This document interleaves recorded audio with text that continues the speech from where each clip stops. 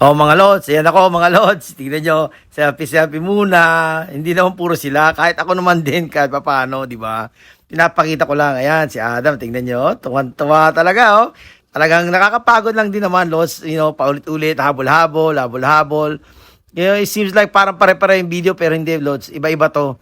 Iba-ibang part to talaga. Talagang hinahabol ko talaga sila, mga lods, Siyempre, kung saan sila pumunta, doon din naman ako. Para makuha ko sila ng video, para lang mapakita sa inyo na talagang masayang-masaya sila, Yan, no, tignan niyo, talon-talon.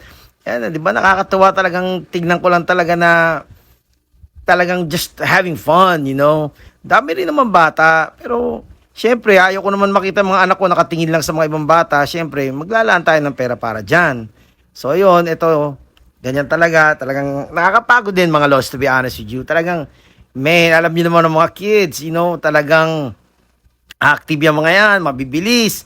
Kaya kailangan, you gotta have to catch up with them, para makita mo lahat yung mga enjoyment nila, yung mga smile nila, yung lahat yan, loads talagang kinakapture ko talaga.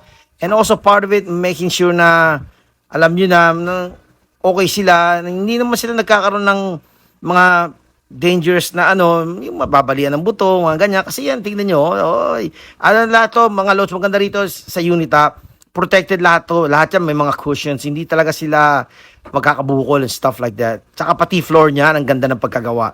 Kaya okay naman, syempre, chinecheck din naman namin for safety reasons, di ba? Syempre, anak mo yan, ikaw ang mapapagastos pag nabalian yan, di ba? So yan, tignan niyo si Alexa, tawan-tawa, si Adam, si Kuya, tawan-tawa talaga.